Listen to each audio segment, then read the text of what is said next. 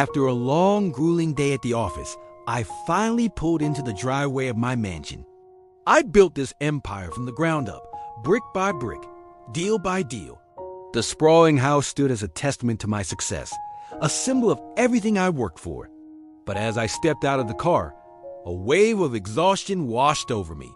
The grand facade felt less like a home and more like an empty monument. All I wanted was a moment of peace. But as soon as I walked through the door, that hope vanished. A shrill, angry voice cut through the silence. It was my wife, Sarah.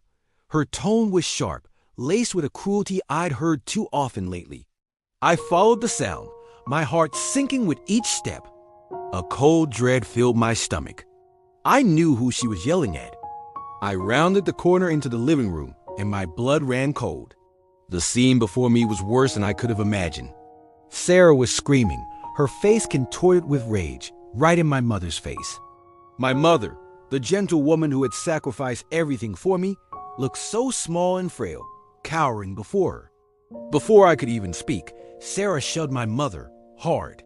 It wasn't just a push. It was violent, filled with malice. My mother stumbled backward, her eyes wide with shock and fear, and fell to the floor with a heavy thud. For a moment, the world stopped. The only sound was my mother's pained gasp. I rushed to her side. I knelt down, my hands trembling as I helped her sit up. "Mom, are you okay?" I asked, my voice choked with emotion. Her arm was already turning a dark shade of purple, a brutal mark left by my own wife.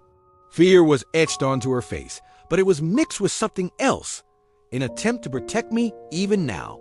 "It's nothing, son," she whispered, her voice trembling. "Don't you two fight because of me. It's okay." Her selflessness shattered me. I looked up at Sarah, and the love I once felt for her was replaced by a cold, hard wave of disgust and disappointment. "How could you?" I asked, my voice barely a whisper, but it carried the weight of 1,000 accusations. "She is my mother," Sarah scoffed, her anger not subsiding one bit. "Your mother? She's always interfering, telling me how to run this house, undermining me in front of the staff. She's an old woman who doesn't know her place. I was just trying to get her to listen."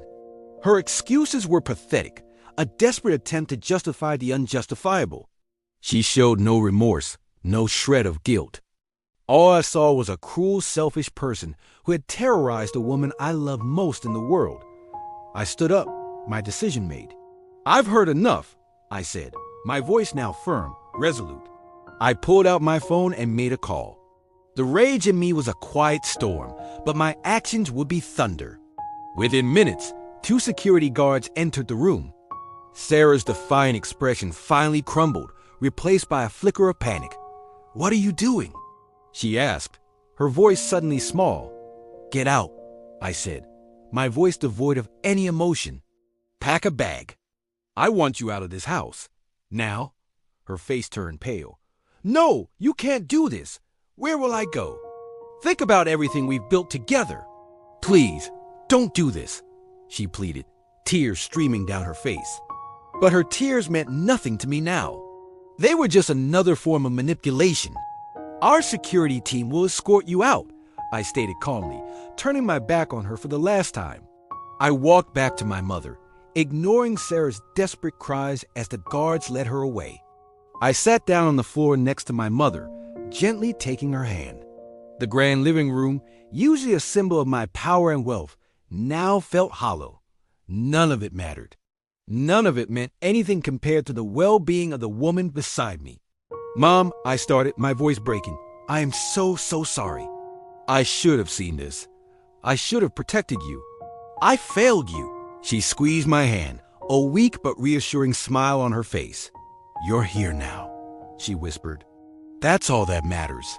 We sat there in silence, a son and his mother, surrounded by luxury but finding comfort only in each other.